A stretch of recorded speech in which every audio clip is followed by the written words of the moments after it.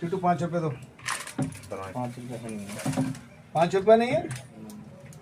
5 रुपये का तुझे मालूम है चक्कर क्या? मैं 1 रुपये की कहानी सुनाऊँ तुझे? 1 रुपये की।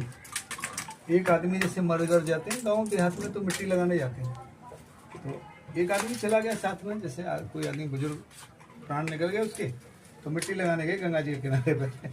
और गंगा जी के किनारे पे तालेवर जैसे ही वो आदमी डुबकी लगा के निकला गंगा जी में से, तो बाहर पीले कपड़े में पंडा जी आ गए। पंडा जी बोले महाराज जी आपने गंगा स्नान कर लिया, पंडा जी की दक्षिणा दो। बोले पंडा जी की दक्षिणा, महाराज थोड़ा किरमिची आदमी था, किरमिची का जानते हो, कंजूस। बोले महाराज दे देंगे, कोई बात ना है, कल बाद में दे देंगे। अब वो महाराज जी मिट्टी लगा के घर पे आए नहीं थे, उसके बाद में देखा तो पंडा जी उसके घर पे ही आ गए। 10-5 किलोमीटर पर घर होगा गंगा जी के आसपास कोई गाँव, तो घर पे आ गए, देखे तो वो पंडा घर पे आ गया। अब पंडा, अब तुम देखना वो चीज क्या थी। और उन्होंने दरवाजा खटखटाया, घर वाले आई कि वो हैं महाराज जी हैं, सेठ जी हैं घर पे। व्यापारी वर्ग के लोग थे वो लोग। तो बोले हाँ है तो आता है।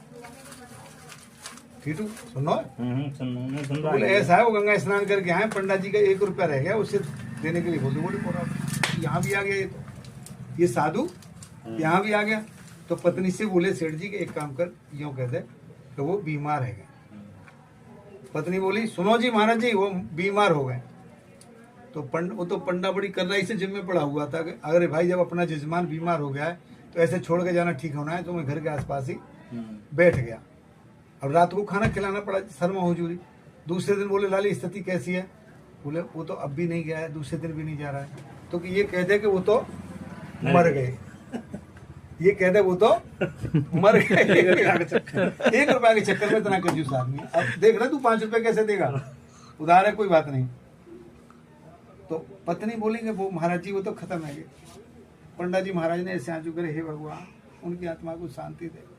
अब खत्म हो गए तो मेरा फर्ज है कि मोहल्ला पड़ोस में मैं सूचना दे के आऊँ। आस पास में टीटू के यहाँ उनके यहाँ सब बोले भैया सेठ जी खत्म हो गए, आ गया।